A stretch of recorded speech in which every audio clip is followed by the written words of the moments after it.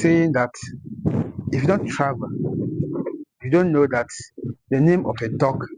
There's a saying that if you don't travel, you don't know that the name of a dog is a storyteller. In fact, if you don't learn, you don't know that wonderful things exist. When we were young growing up,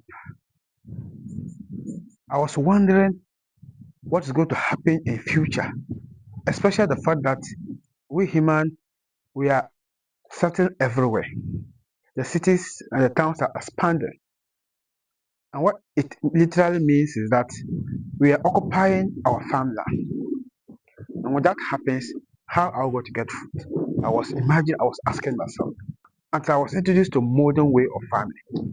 Then I knew that you could even grow, and they have a program, the Institute's Lab. They have this beautiful aquaponics setup. So as our brother is here with us from Cameroon, Mustafa, we have come here to learn a lot about aquaponics. So Professor Eberika will take us through what aquaponics are. Then we will come to the show and then we'll see practical what everything. I explain everything in details. So please stay watching, get inspired. And if you are not subscribed to the channel, please do so. My name is Abdulaziz Issa. On this channel, to share fish factors based on experience research. Thank you, and please stay blessed and watch the end of the video, and you shall be inspired. So Abdulaziz, thank you so much for remembering UDS, remembering the Institute's project, and coming with a visitor all the way from Cameroon. We are so grateful. This is the University for Development Study campus, and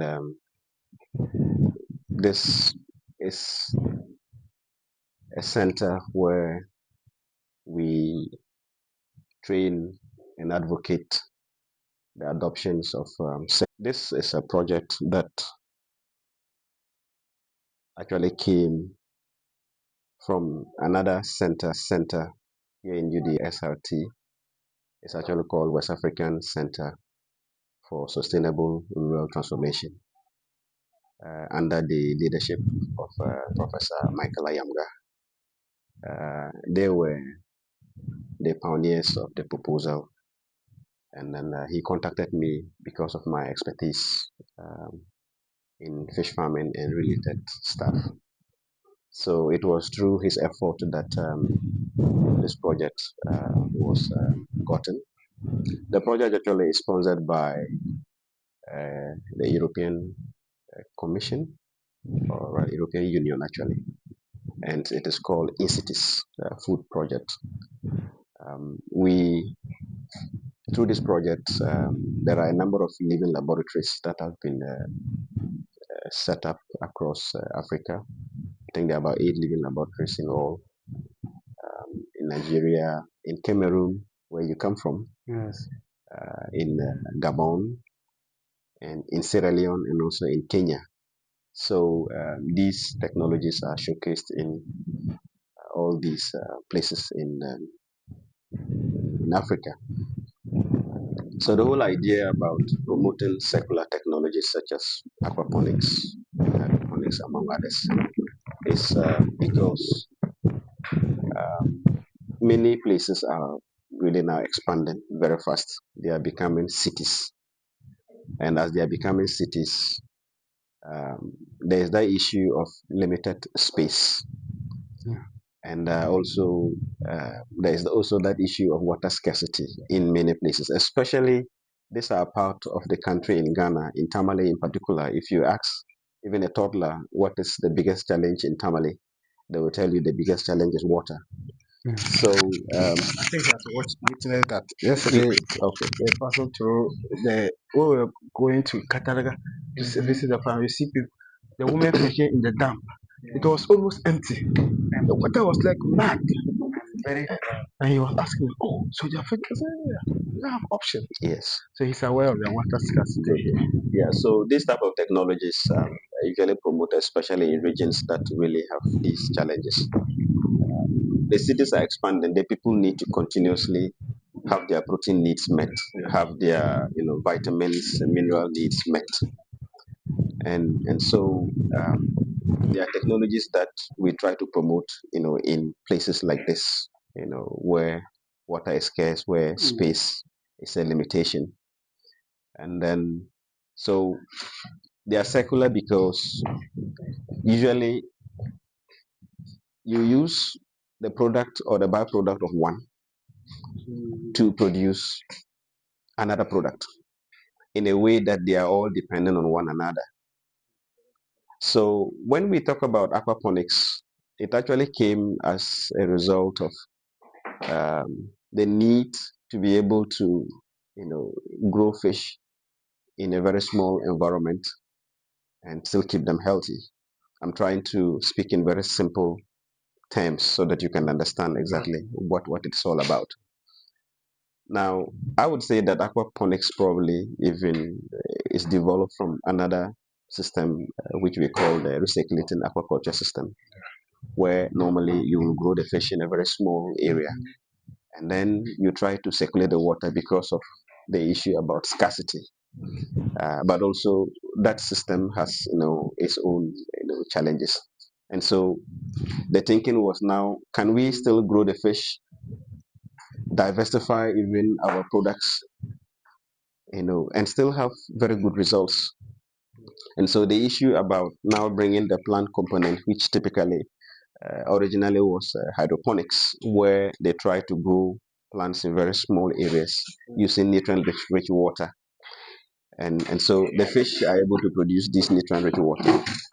So if it is the nutrient-rich water that you use to feed, plants in the hydroponic system, on soilless systems, because you can't really find a lot of space in urban centers to be able to grow,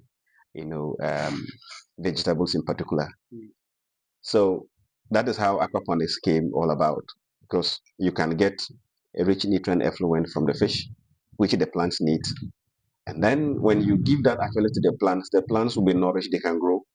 And in the process, they would also clean the water, and the water can still come back to the fish.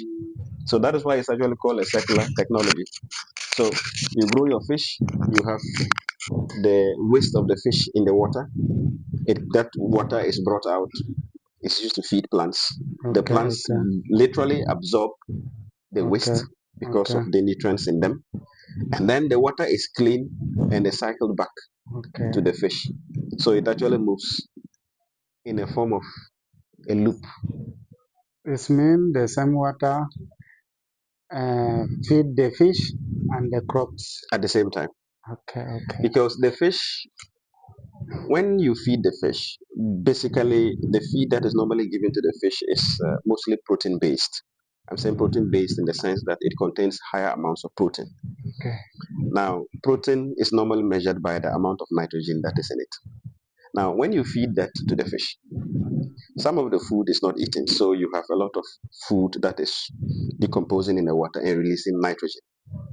Some of the food, when they eat and then they excrete, some of it is not utilized, so they excrete also nitrogen. So the water becomes rich in nitrogen in the form of ammonia. And then plants require nitrogen to be able to grow. If you allow the nitrogen to build up in the fish pond, when it builds up to certain levels, it can cause problems to the fish. Basically, they will die due to ammonia or ammonium poisoning.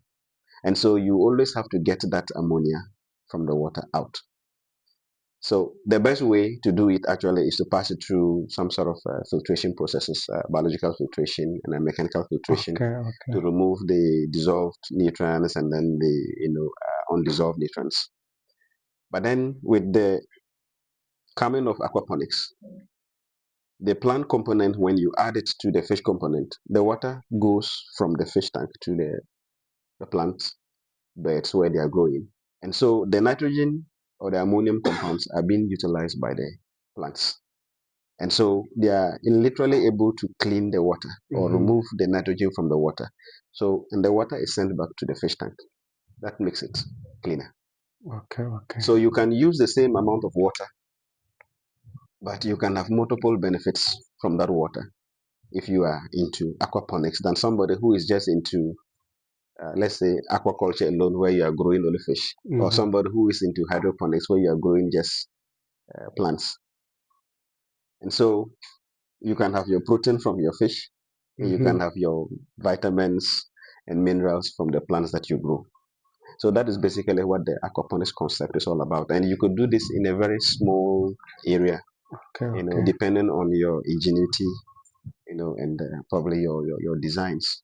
So what you see here is a whole complete setup of what an aquaponics system really looks like. And when we take you through, you will come to understand that you don't really have to have all of this to be able to have a functioning unit called an aquaponics unit. But then, because this is a training center, we try to showcase almost everything that is absolutely necessary to enhance understanding and to create that opportunity for people to choose what they want based on what resources they have. So basically, that is what we do here. It's a 4-year project. God willing, it will end next year. And this is what we do here. So thanks to Professor Michael Ayamga, assisted by assisted by Dr. Isaac Ansa. They are my bosses. In fact, I wasn't able to tell them that you were coming, but then they are the ones who have supported me for us to have this setup here. So we do have people coming just like you have come to learn about it. And then Aziz has been here quite a number of times. There was even an opportunity for them to apply for some funding. He applied, but he sent me a message recently that he wasn't shortlisted. So I said, well, So much yes. for giving me this opportunity. Yeah. Thank you so much. So that is what we have here. I don't know if you have any question you want to ask, or you need any clarification, or you want to go straight away to see what we have. Yes, I want to ask that the same water and the same water you say the fish and the same water using Grow the plants. Yes, to do the plant. And that water cannot be small. Do you understand my? Cannot be small, and every time you can add, or when you put it one times is okay. So normally you will have to replenish the water from time to time, because as the water is moving around, there may be leakages. Some will be lost. As the plants are absorbing the nutrients, they absorb it with water. So some of the water will be lost as the plants are using the water to grow. Yes, that's my question. Yes. That's my question. And for us, because this is in the open, evaporation also will take place because the sun is hitting directly on the water. But the thing is, the amount of water that actually you need to replenish is not so much compared to if you were probably just doing fish farming alone, or you were doing just Okay. if you look at it holistically in terms of the benefits that you will get when you are doing the two, it's more economical. It makes sense to do that. So occasionally you will replenish the water, but it is not so much that you will have to be worried about compared to if you were doing the conventional systems. So yes, you lose water, but not so much of it. Okay. Yes. Thank you so much. Thank you. We can have a talk. Okay, so let's go and then you can have a look at what we have.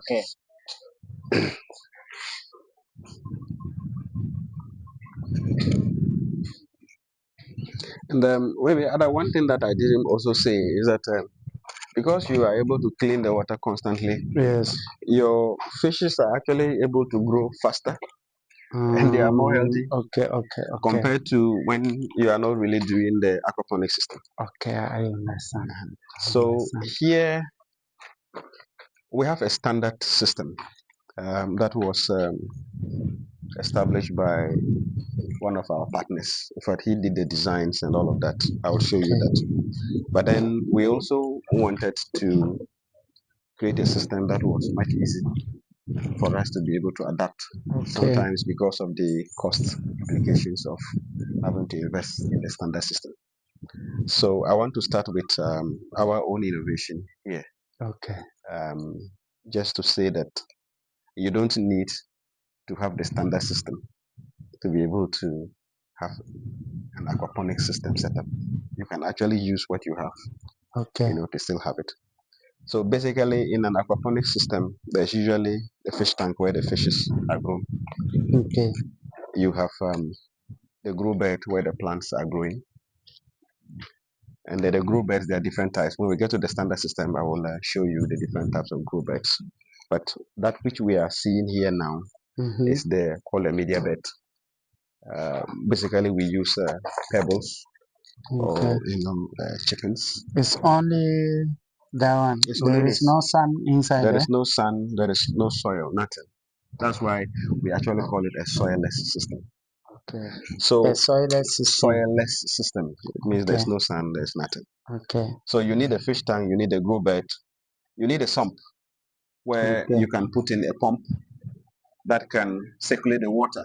Okay. Okay. But in some situations, you don't really have to have a pump, especially when you are in a place where there is no electricity. You Okay. can do Okay. it manually. So this is what we call the manual chop and flip system. But we've also designed it such that it can be a hybrid system, that it can also use electricity. So with just one IBC tank, this tank, if you buy this tank, you chop it into two. You can use the top part to grow your plants, and Okay. then the down part will be where your fish will be. Okay. So the Okay. water from the fish tank here is what comes up here. Okay. Then the plants absorb it, and then the water comes back here. The water Comes back here, back here. and that is Okay. just how Okay. it works. So Okay. if you have a sump where you have a tank inside, the water continuously cycles from the fish tank to the grow bed, from the grow bed to the fish tank, and in that way. Okay. Yes. So you see that these plants that are here, this is called the jute plant. I think in the northern part of Ghana. Jute Yeah, plant. jute. They call it a yo-yo. That's Yes. that's the common name, right? Our, Aziz? Yeah. the first time he came, the teaser we took. I told you, are you? Yes, I know it. In our country, we call it kelen kelen. Kellen, Kellen. Oh, great. So it's more or less like it's an African, Okay. vegetable. Yes. So you see that it is growing here. No, we have not added any nutrient. We have not added anything. It's just the water from the fish tank, which is the effluent. Any fertilizer? Nothing, no fertilizer, nothing, and it's growing. In fact, we have grown tomatoes here. We have grown pepper here. We've grown this one. We've also even grown Tomatoes, tomato, I see pepper. even onion. Yes, yes. The onion, we just tried it, not quite long. Okay, okay, And okay. we have even grown watermelon also here. Even watermelon. Even watermelon, we have grown amaranthus. You can see this is even amaranthus. And This one amaranthus. yes, amaranthus. It's called the alefi or something. That's the common name. Okay. In fact, at one time, accidentally, a maize seed germinated here, and we did not remove it. And actually, it grew. Okay. And then It's produced. been. I should put seed somewhere before planted, or I make seed here. You can do the two. You can actually transplant your seedlings if you want. Okay, okay. You can also just plant your seeds directly. Okay, okay. And then they will grow. Okay, okay. Both of them. Both of them, they can grow. Thank you. But of course, you need to have some agronomics background to be able to know which seed can grow easily here, which cannot grow here. So you can come and have a look. In fact, they just harvested the fish recently, but they left some, and so you can see the size of the catfish. That is inside. Just be patient; they will come up. Be patient; they will come up. You have tilapia here, and also you have catfish. Just be patient; the catfish will come out. You will see the size, and you will marvel that they are growing in a very small tank here. Maybe they have to bring in some feed, but I'm hoping that they will come up for you to see them. But you are able to see Yes, the catfish. You've seen the sizes of the catfish. I see. It's big. I see. You see them? Yeah. They just harvested them and then they just left a few because normally we leave them just to showcase. Okay. Yeah. When we may launch catfish and tilapia, the catfish cannot eat tilapia. Mostly catfish and tilapia, they occupy different areas in the water. Catfish basically is a benthic fish. It's naturally it lives in the bottom of the water. Tilapia naturally they live in the water column. Okay. Now, if you see them putting catfish and tilapia together, a lot of the time the catfish is supposed to control the population of the tilapia. So they will be able to eat just the tilapia that are probably fry or juvenile or even